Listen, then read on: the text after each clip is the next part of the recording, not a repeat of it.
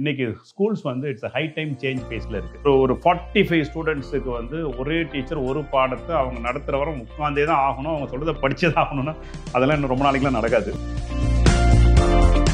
அதே மாதிரி காலையிலேருந்து ஈவினிங் வரையும் ஸ்கூல் இருக்கணும் அப்படிங்கிற மாடல்லாம் வந்து கொஞ்சம் நாளில் போயிடும். இல்லை டிவேட் ஆகிட்டு போகக்கூடிய பாப்புலேஷன் வந்து அதிகம். இன்னைக்கு நான் ஸ்போர்ட்ஸில் இருந்துகிட்டே ஸ்கூலில் படிப்பேன், நான் வந்து யூடியூபராக இருந்துகிட்டே ஸ்கூலில் படிப்பேன், நான் வந்து ஆன்லைன் பிஸ்னஸ் பண்ணிட்டே ஸ்கூலில் ஒரு ஹைபிரிட் மாடல் அந்த மாதிரி வரவங்களோட எண்ணிக்கை அதிகமாயிட்டே இருக்கு. ஸ்கூலில் சர்வீஸ் இண்டஸ்ட்ரியாக பார்க்காதீங்க, பிஸ்னஸ் இண்டஸ்ட்ரியாக பாருங்கன்னு தான் சொல்லுவேன். இதை வந்து ஒரு வெறும் ப்ராடக்டாக பார்க்க முடியாது.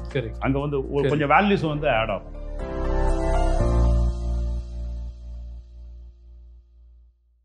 As a business, you already said, perpetual இருக்கக்கூடிய ஒரு ஃபீல்டு தான் எஜுகேஷன். ஃபஸ்ட்டு பேரண்ட்ஸ் வந்து மந்த்லி சேலரியில் ஒரு ஸ்கூலுக்கான விஷயம் எடுத்து வச்சுட்டு தான் அடுத்த எக்ஸ்பென்ஸே பண்ணுற நிலைமையில தான் மெஜாரிட்டி பேரண்ட்ஸ் அது. ஸோ அப்படி இருக்கக்கூடிய ஒரு இண்டஸ்ட்ரி இப்போது நியூ ஏஜாக ஒருத்தங்க வராங்க, புதுசாக ஸ்டார்ட் பண்ண போகிறாங்க அப்படின்னா, வுட் யூ அட்வைஸ் இது பர்பச்சுவல் இண்டஸ்ட்ரி எல்லாம் நல்லா இருக்குது, ஆனால் பிஸ்னஸாக மட்டும்தான் இது எனக்கு ப்ராஃபிட் என்ன அப்படின்னு மட்டும் ஒரு மைண்ட் செட்டில் ஒருத்தங்க வராங்கன்னா, would you recommend them to start a school?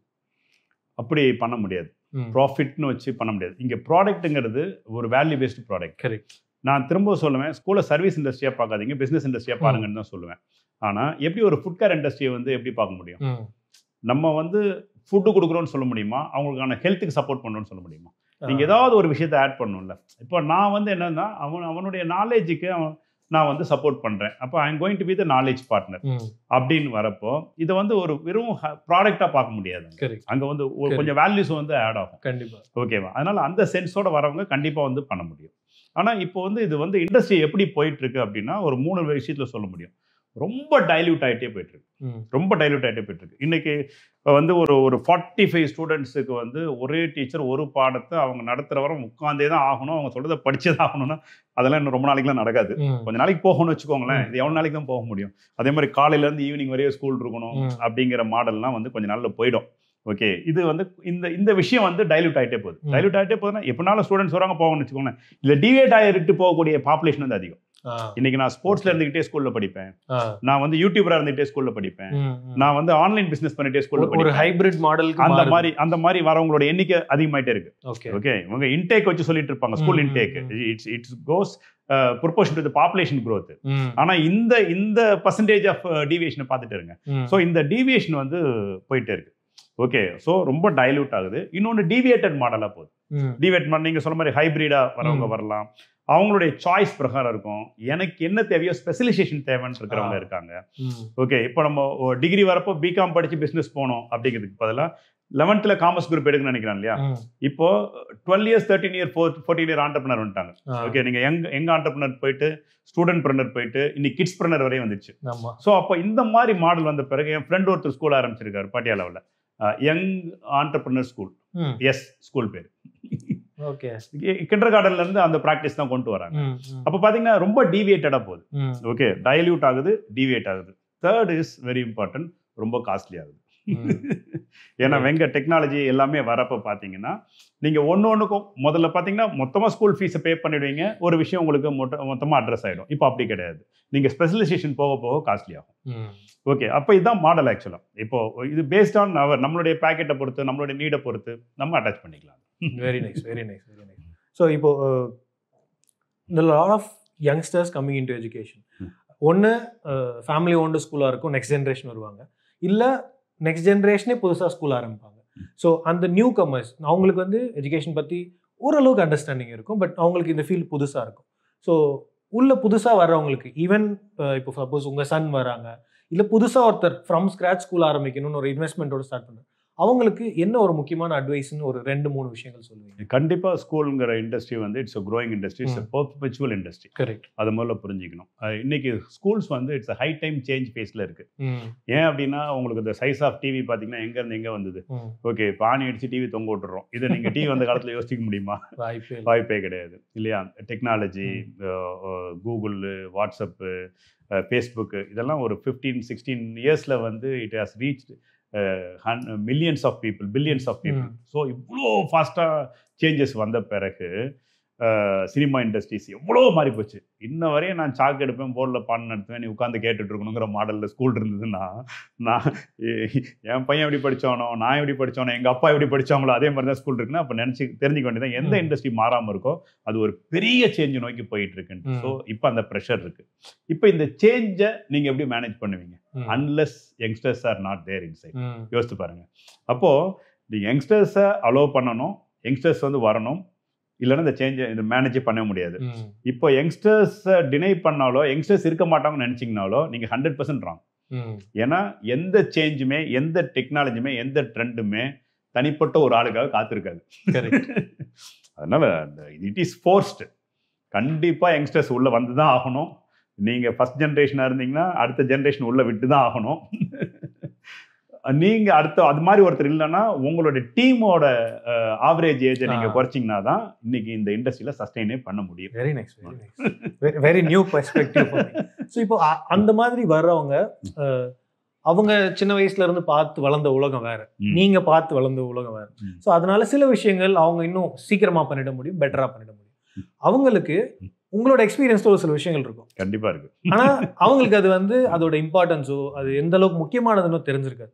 So அந்த மாதிரி இந்த விஷயம்லாம் you need to very careful. என்னன்னா இந்த யங்ஸ்டர்ஸ் வந்து கண்டிப்பா பெரியவங்களை உள்ள வச்சுக்கணும்.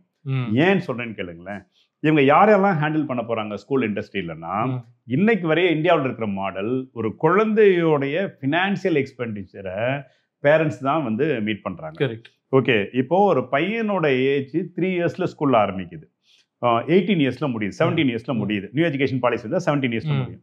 இப்போ 17 இயர்ஸ்ல முடியுதுன்னா நீங்க யோசிச்சு பாருங்க, ஆவரேஜா ஒரு 10 இயர்ஸ் ஓல்டு பையனுடைய அப்பா அம்மாவோட வயசு என்ன இருக்கும்? அதே மாதிரி ஒரு 15 இயர்ஸ் ஓல்டு இருக்கிற பையனோட அப்பா அம்மாவோட வயசு என்ன? அப்போ 45-40 இயர்ஸ் இருக்கிற பேரண்ட். அப்போ 40-45 இருக்கிற பேரண்ட்டை வந்து இவங்க ஹேண்டில் பண்ணணும். ஓகேவா? அப்போ இவங்க வந்து new age entrepreneurs, new youngsters வந்து நியூவா திங்க் பண்ணுவாங்க. ஆனா அந்த பேரண்ட்டுக்கு தான் இவங்க கேட்டர் பண்ண போறாங்க. அப்ப கண்டிப்பா அந்த நீடு வந்து இவங்க லாங்குவேஜ் சொன்னா கிரிஞ்சா தான் இருக்கும். அதை இவங்க அட்ரஸ் பண்றதுக்கு அவங்களுடைய மைண்ட் செட்டை புரிஞ்சாதான் முடியும். அப்ப அந்த இடத்துல தான் ஒரு சீனியர் பர்சன் வந்து எக்ஸ்பீரியன்ஸ் பர்சன் வந்து கண்டிப்பா தேவை. அதனால இந்த மாடல் இப்படி இருக்கிறதுனால கண்டிப்பா இவங்களை அக்காம்ப்ளிஷ் பண்ணாதான் இந்த இண்டஸ்ட்ரியில அவங்க சஸ்டெயின் பண்ணிக்கவே முடியும். So we have covered a lot of other stakeholders. இதில் உங்களோட competitors are fellow school owners, ஃப்ரெண்ட்ஸாக இருக்கலாம், நீங்கள் லைன்ஸில் இருக்கீங்க, so you meet a lot of people. இப்போது அந்த healthy relationship or peer to peer learning உங்கள் லெவலில், ஃபார் எக்ஸாம்பிள் இப்போ இங்கே குன்றத்தூரில் இருக்குன்னா குன்றத்தூரில் நியர்பை இருக்கிற எல்லா ஸ்கூல்ஸோட ஓனர்ஸையும் கண்டிப்பாக உங்களுக்கு தெரியும். ஸோ அப்போது அவங்களோட ஒரு healthy relationship even though they are your competitors, how are you maintaining? இது ஒரு சின்ன கிளாரிட்டி தான். இன்னைக்கு குன்றத்தூரோட எஜுகேஷன் நீடை யாரெல்லாம் அட்ரஸ் பண்ணுறாங்க, அதில் நாங்களும் இருக்கோம், அவங்களும் இருக்காங்க, அவ்வளோதான். கரெக்ட். நம்ம வந்து ஒர்க்கை வந்து நம்ம ஷேர் பண்ணிக்கிறோம். ஓகே, அதில் வந்து அவங்களுடைய ஸ்ட்ரென்த் பிரகாரம் அவங்க லோட் பண்ணுறாங்க, என்னோட ஸ்ட்ரென்த் பிரகாரம் லோட் பண்ணுறேன். இதில் எப்படி எனக்கு ஒரு காம்படிட்டராக இருக்க முடியும்? ஸோ அப்படி ஒரு வார்த்தையே நமக்கு தேவையில்லை. இன்னைக்கு ஒரு பிஸ்னஸ் டெர்மினாலஜி உங்களுக்கு தெரியும், எல்லாருமே எல்லாரோட ரிசோர்ஸையும் ஷேர் பண்ணிக்கிறது தான். இன்னைக்கு வந்து ஒரு சினர்ஜியாக தான் பார்க்கணுமே வெளியே உங்களுடைய இண்டிவிஜுவல் கான்ட்ரிபியூஷன் என்னங்கிறதெல்லாம் பார்க்க முடியாது. இந்த ஐடியா வந்து நாளாச்சு.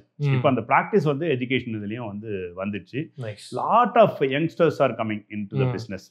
இப்போ எனக்கு என்னன்னா, இப்போ எனக்கு ஒரு காம்படிட்டர் எங்க இருக்காங்க அப்படின்னம்னா, நான் அவங்களோட அக்காம்ப்ளிஷ் பண்ணிட்டேன்னா என்னோட ஆவரேஜ் மைண்ட் செட்டும் கொஞ்சம் குறைஞ்சிருது. So I can work more actually.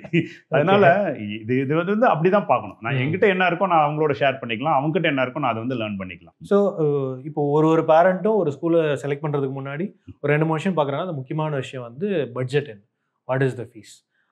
நம்ம ஸ்கூலில் வந்து you have introduced something new, one time fees pay பண்ணுங்க, அதுக்கப்புறம் ஃபீஸே பே பண்ணுவாங்க. How does that work?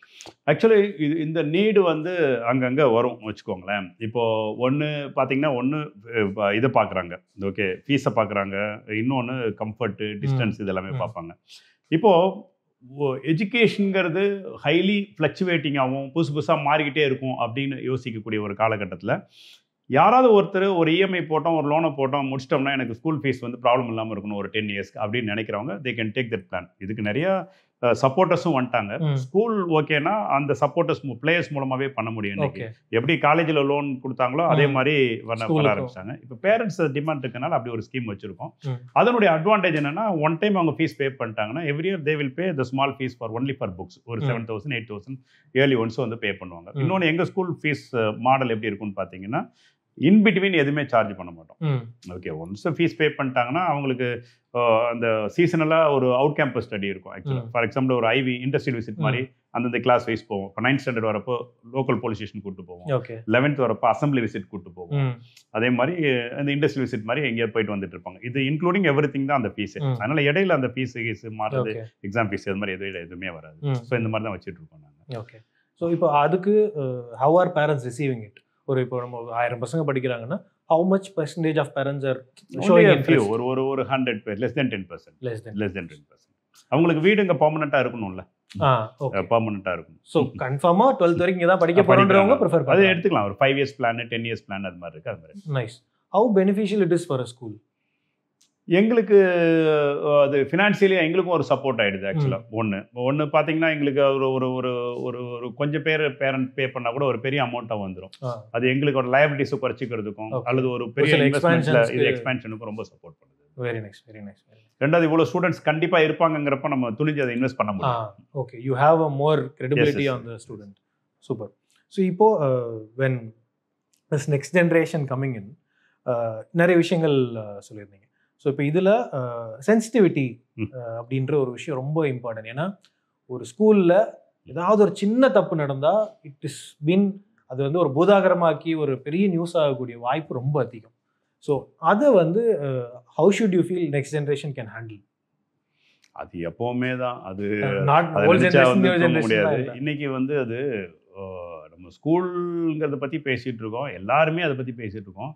கொஞ்சம் டீப்பாக யோசிச்சு பார்த்தீங்கன்னா எல்லா இண்டஸ்ட்ரியிலுமே தான் அவங்க வல்னரபிளாக இருக்காங்க. ஒரு ஹோட்டலில் ஒரு சாம்பாரில் பள்ளி விழுந்துச்சுன்னா அந்த hotel will be sealed. Okay, அப்போ நீங்கள் யோசிச்சு பாருங்கள், இந்த மாதிரி வல்னரபிளாக இல்லாத இண்டஸ்ட்ரி என்ன இருக்குது? இது ஸ்கூலுங்கிறப்ப இன்னைக்கு வந்து ஸ்கூல் லீவ்னா நியூஸு, ஸ்கூல் எக்ஸ்ட்ரா வச்சுருந்தா நியூஸு, அது மாதிரி போயிட்டுருக்கு. அது ஸ்கூலுக்கு நல்லது தான் வச்சுக்கோங்களேன். மற்றபடி அப்படி நான் ஒரு பிஸ்னஸ் பண்ணோம், நான் ஒரு இண்டஸ்ட்ரிக்குள்ளே வரணும், எனக்கு ரிஸ்கே இல்லாத இண்டஸ்ட்ரி சொல்லணும்னு நீங்கள் தான் சொல்ல முடியுமா? கண்டிப்பாக முடியாது. எந்த இண்டஸ்ட்ரியில் வந்து மோர் ரெஸ்பான்சிபிள் இருக்கும் அந்த இண்டஸ்ட்ரி வந்து ஒரு இன்ட்ரெஸ்டிங் இண்டஸ்ட்ரியாக இருக்கும். That industry keep us live, that industry will grow us. Wonderful.